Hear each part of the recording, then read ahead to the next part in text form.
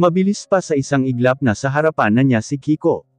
Hindi ito makikita sa dilim, dahil overall black ang suot nito, at mata lang niya ang hindi natatakpan. Gabi-gabi nandito siya sa mansyon, at nagmamanman sa paligid. Querida Reina Aguila, a que puedo server. Mahal na Reina Aguila, ano po ang may lilingkod ko? Naka-Spanish language ang pananalita nito, dahil hindi ito marunong sa Philippine language. Naintindihan naman ni Sanaya, dahil ilang taon na siya sa New York. Kaya wala siyang magawa, kundi ang mag-Spanish na rin para magkaintindihan silang dalawa. Quiero que encuentres al rey demonio. Se esconde bajo el nombre de John Bloomberg. Gusto kong hanapin mo ang Demon King. Nagtatago siya sa pangalan na John Bloomberg. Nakita niyang nagulat ito, nang banggitin niya ang pangalang Demon King. Puedo saberlo que estamos buscando con él. Pwede ko po ba malaman kung ano ang pakay natin sa kanya? Curious na tanong nito. Mami mi mando a buscarlo, porque él era la única persona que podía ayudarme. Pinapahanap siya ni Mami, dahil siya lang ang nag-iisang tao na pwedeng makatulong sa akin. Nakakunot ang noo ni Kiko at waring nagtataka. John Bloomberg lleva mucho tiempo muerto. Pero escuchamos que hace 10 años, alguien tomó su lugar como el rey. Damamido reemplazarlo ahora porque con solo un movimiento de su mano. Todo el mercado negro se cerrará de inmediato. Entonces todo el negocio clandestino es cotuloso porque no saben quién es el nuevo rey. No hay nadie que pueda enseñarnos quién y dónde encontrarlo. Matagal nang patay si John Bloomberg. Ngunit nabalitaan namin na 10 taon ang nakaraan, mayroong pumalit sa kanya bilang Demon King. Mas nakakatakot ang pumalit sa kanya ngayon, dahil isang pitik lang ng kamay niya, sasara kaagad ang buong black market. Kaya maingat ang buong underground business, dahil hindi nila alam kung sino ang bagong Demon King. Walang kahit sino, na makapagturo, kung sino siya at saan siya makikita. Mahabang paliwanag nito sa kanya. Bumagsak ang balikat ni Sanaya, dahil sa narinig. Parang lalo yatang nadagdagan ang problema niya. No te preocupes querida Reina Aguila, intentaré hacer preguntas a aquellos que conozco que están en el negocio del inframundo. Tal vez ahora saben algo. Huwag kayong mag-alala mahal na Reina Aguila, susubukan ko pong magtanong-tanong sa mga kilala ko, na nasa underworld business. Baka may alam na sila ngayon. Está bien, Kiko, muchas gracias. Sige Kiko, maraming salamat. Adio Reina Aguila, comenzaré mi trabajo. Paalam Reina Aguila, sisimulan ko na po ang trabaho ko. Tumango na rin siya kay Kiko, bilang pagsang-ayon dito. Nalulungkot na tiningnan niya ang orasan. Nagmamadaling tumayo siya. Mula sa pagkaupo sa couch, at sinara ang bookshelves wall, bago tuluyang lumabas ng library room. Mag-alas 10 na, kailangan na niyang bumalik sa silid ng quadruplets, baka mamaya mabutan pa siya ni Sandra. Samantala sa birthday party, naiirita na si Draco sa kausap niyang si Mr. Cheng, dahil hindi matigil-tigil ang pagsasalita nito. Tiningnan niya ang oras sa kanyang wristwatch. 30 minutes na lang mag-aalas 10 na. Atat na siyang makatabi si Sanaya. Babe, tinatanong ka ni Mr. Cheng, okay daw ba sa'yo ang proposal niya? Agad siyang nakabawi sa tanong ni Sandra sa kanya. Isa pa ang ahas na ito, kung makadikit sa braso niya. Daig pa ang linto kung kumapit. Parang gusto na niya talaga itong itulak. No, agad na sagot niya sa dalawa. Namumula na ang mukha niya, nakaramdam siya ng pag-init ng katawan. Tumayo si Draco mula sa pagkaupo, at hinubad ang tuxedo niya. Kailangan niyang makita si Sanaya. Galit na tinapunan niya ng tingin si Sandra, dahil alam niyang siya na naman ang may kagagawan nito sa kanya. Hindi pa talaga siya nadadala sa babaeng ito. Kailangan ko nang umuwi. Mauna na ako, sabay talikod kay Sandra, at diretso ang kanyang mga hakbang papunta sa kanyang sasakyan. Babe, wait, hintayin mo ako. Malakas na tawag sa kanya ni Sandra. Akmang tatayo na siya upang sundan si Draco, ngunit pinigilan siya sa kamay ni Mr. Cheng. Sandra, dito ka lang. Kailangan mong makabawi sa akin. Nangako ka na mapapayag mo ang asawa mo sa mga kondisyon ko, ngunit sayang lang pala ang laway ko ng 3 oras, dahil 2 letra lang pala ang isasagot niya sa akin. 2 letre ng no. Mr. Cheng, sinabi ko naman sa'yo diba? Sa SMPI lang pumayag si Draco, dahil yun ang kumpanya ng asawa niya. Wala na akong magagawa dun. Mayroon pa Sandra. Ikaw ang namamahala ng SMPI ngayon at hindi si Sanaya.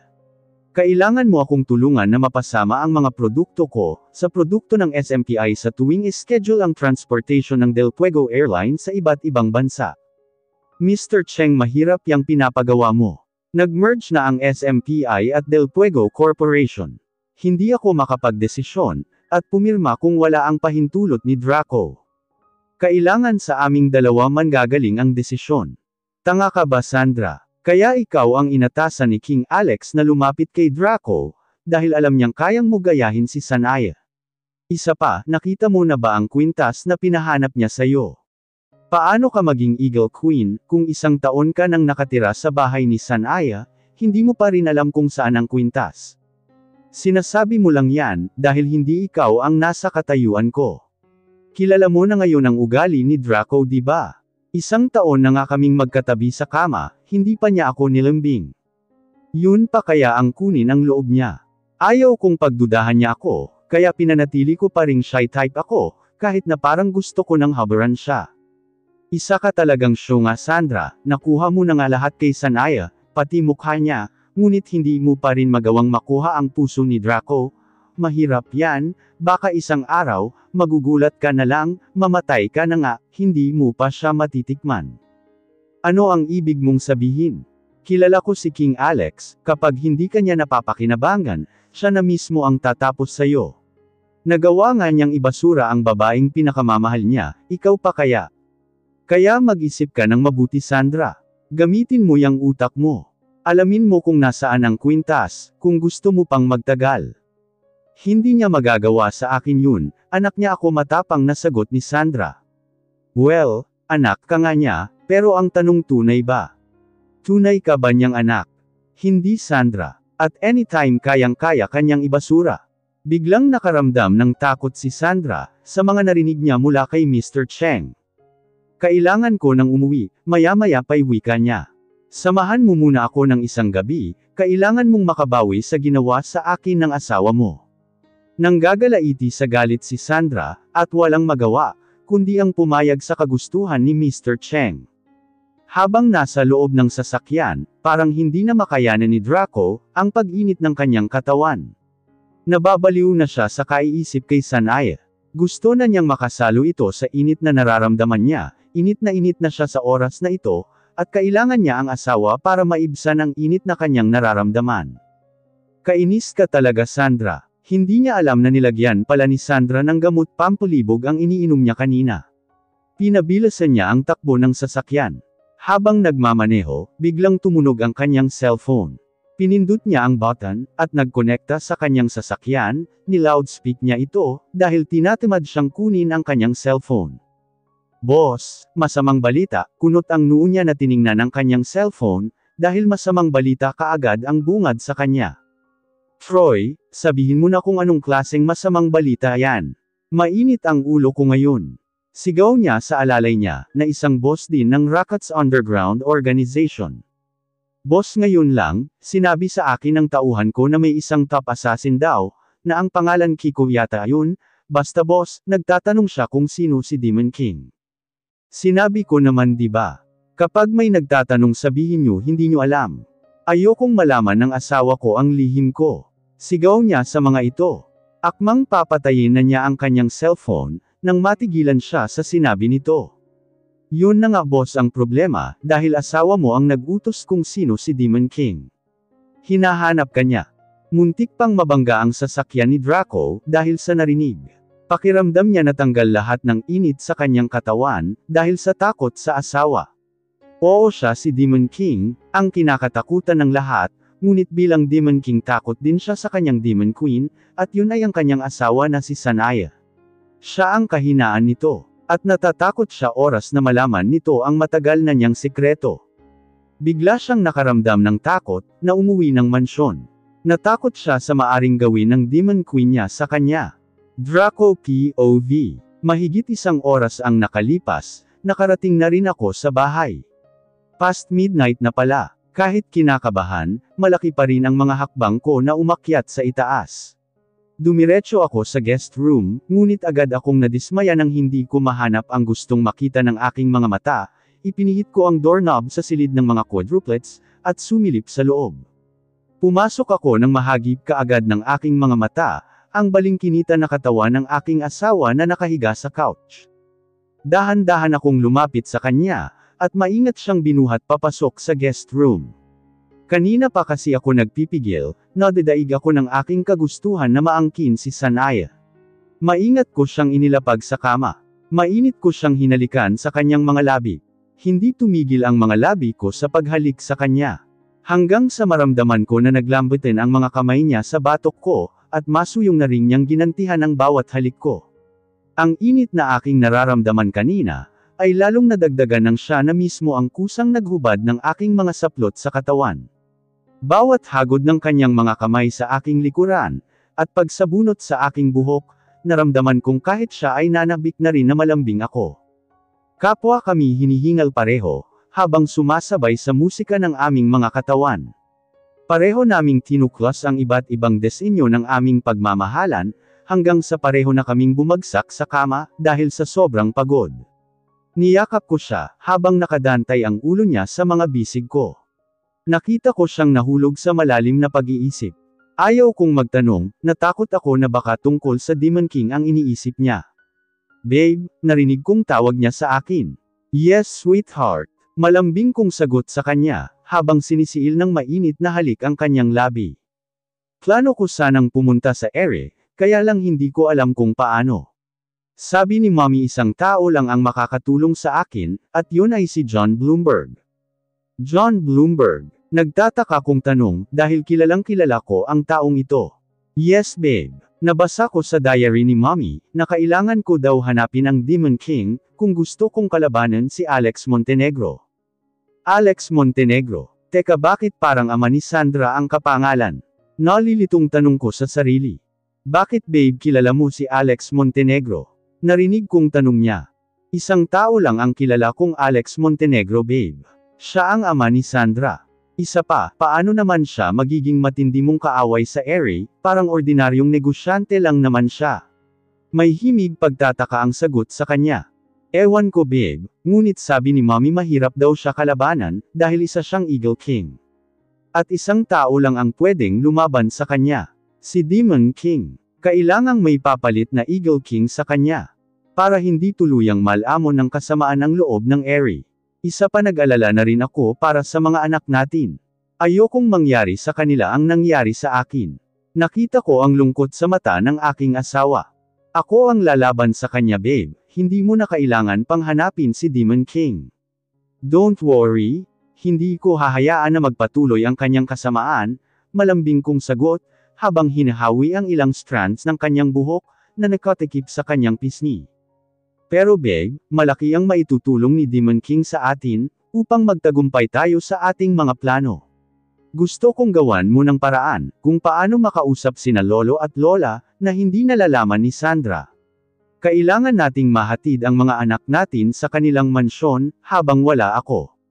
Utusan mo ang ilan sa mga tao mo sa Delta, na higpitan ang pagbabantay sa kanila, at huwag nilang hayaan na lumapit si Sandra sa kanila. Ikaw na ang baalang magpaliwanag sa mga anak mo, kung sino si Sandra. Napangiti ako sa pagiging alerto ng asawa ko.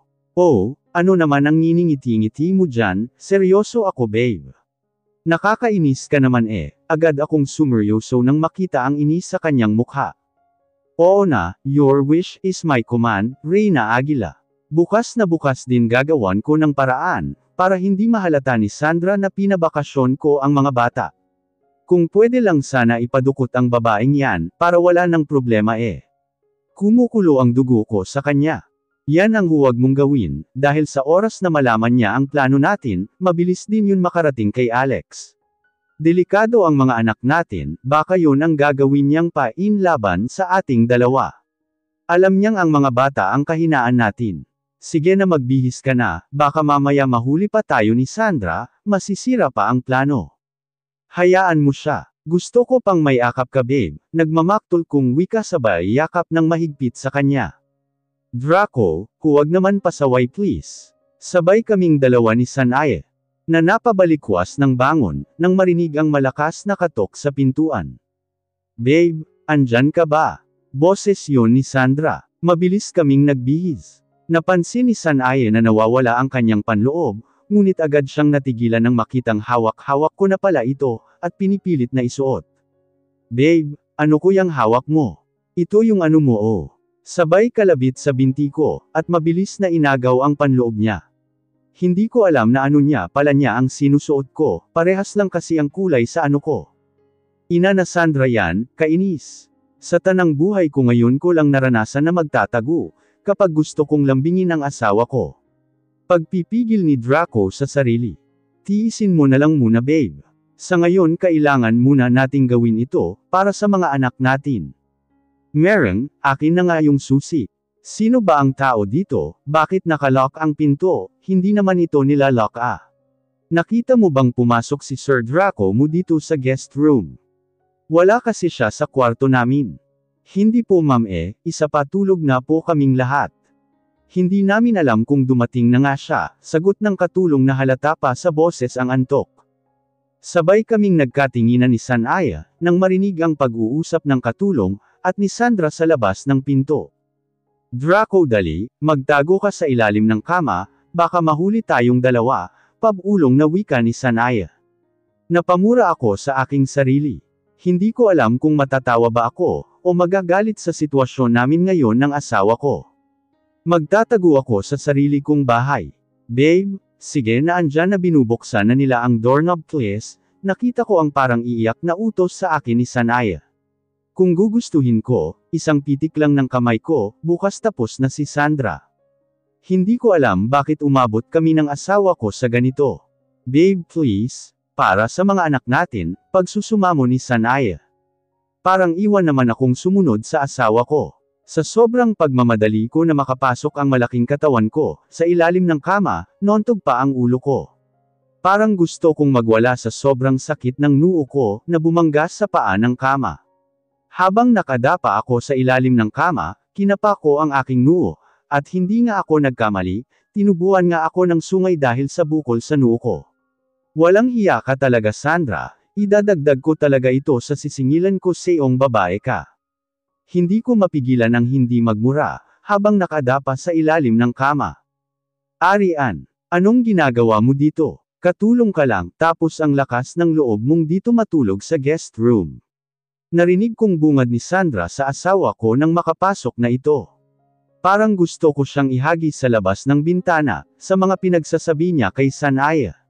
Dito po kasi ako pinatuloy ni Sir Draco ma'am, para daw bantayan ko ang mga bata, dahil malapit lang ako sa mga silid nila. Ha, at naniwala ka naman. Siguro may balak kang akitin ang asawa ko ano. Bago ka pa lang sa pamamahay ko, ngunit malakas na ang loob mo para ahasin ako. Baka nakalimutan mo, na ako ang nagpapasok sa iyo dito, at ako rin ang magpapalaya sa iyo ngayon. Totoo po ang sinabi ko ma'am, gusto ni Sir Draco dito ako matulog, para mabantayan ko ang mga anak niya. Sasagot ka pa, gusto mong masampal. Feeling mo special ka kay Draco, dahil dito kanya pinatulog. Hindi mo ba alam na buntis ako ngayon, kapag may mangyaring masama sa dinadala ko, mananagot ka sa kanya. Parang gusto ko na talagang lumabas sa ilalim ng kama, dahil sa pinagsasabi ni Sandra. Alam kong nasasaktan si Sanae sa narinig niya, na nabuntis ko si Sandra. Kahit ako nagulat. Paano ko siya nabuntis, hindi ko nga siya ginalaw. Wala talaga akong maalala na nakipagano ako sa kanya. Bigla akong nakaramdam ng kaba. Paano kung maniwala si Sanae sa kanya? Hindi ka naniniwala. Yan ang pregnancy test report ko. Tingnan mo, hindi ko pinaalam kay Draco kanina yan, dahil nasa birthday party kami. Gusto ko sana siyang sorpresahin ngayong gabi. Ang ending sa'yo ko pa unang pinaalam. Ang pangit-pangit mo, pero may balak ka pang ahasin ang asawa ko. Wala akong pakialam kung buntis ka ma'am. Natural lang naman yan dahil mag-asawa kayong dalawa. Huwag po kayong mag-alala, lalabas na lang po ako sa guest room, sa silid na lang ng mga bata ako matutulog. Hindi. Ngayon mismo, lumayas ka. Kumukulo ang dugo ko sa'yo. Baka mapaglihian ko pa ang kapangitan mo, at pangit na rin ang kalalabasan ng magiging anak ko. Pero ma'am, wala po akong mapupuntahan, kung gusto nyo hindi na lang ako haharap sa inyo, para hindi nyo makikita ang pagmumukha ko. Syo nga ka ba? Hindi ka ba nakakaintindi ng sinasabi ko? Gusto kong umalis ka ngayon mismo. Alis. Sige po ma'am, saglit lang po, ligpitan ko lang po lahat ng mga gamit ko. Nagpupuyos ako sa galit, habang nakadapa sa ilalim ng kama. Yung tipong nandito nga ako, at nakamasid kung paano saktan ng ibang tao ang asawa ko, ngunit kailangan na wala akong gagawin dahil sa plano namin. Parang sasabog ang dibdib ko, at gusto kong tapusin na ngayon mismo si Sandra. Ano pang hinihintay mo? Alis na. Nagulat ako nang mapasabsab ang mukha ni Sanaye sa paa ng kama, dahil sa pagkatulak ni Sandra. Nagtama ang aming mga mata, at tiningnan niya ako ng makahulugang tingin, na nagpapahiwatig na hindi ako lalabas. Ngunit hindi ko na kayang tiisan, na makitang sinasaktan ni Sandra ang asawa ko sa harapan ko mismo. Tiningnan ko rin siya ng makahulugang tingin, na nagpapahiwatig na hindi ko na kaya ang magpanggap. Nakita ko ang pagmamakaawa sa kanyang mga mata. Akmang lalabas na ako, nang palihim niyang hinagis ang cellphone ko, banda sa aking kinaroroonan. Nagtatakang dinampot ko ang cellphone, at nakita ko ang message na iniwan niya. Aalis muna ako babe, hahanapin ko si Demon King. Pangako mong panatilihin mong ligtas ang mga anak natin. Hanggang sa muli nating pagkikita. I love you. Bumagsak ang mga luha ko, habang binabasa ang mensahe ni Sanaye. Ilang sandali pa'y umangat ako ng tingin, at pinakiramdaman ang loob ng silid. Nang mapagtanto kung wala ng tao, saka ako lumabas sa ilalim ng kama. Kailangan kong lumabas wala ng tao, saka ako lumabas sa ilalim ng kama. Kailangan kong lumabas bilang Demon King.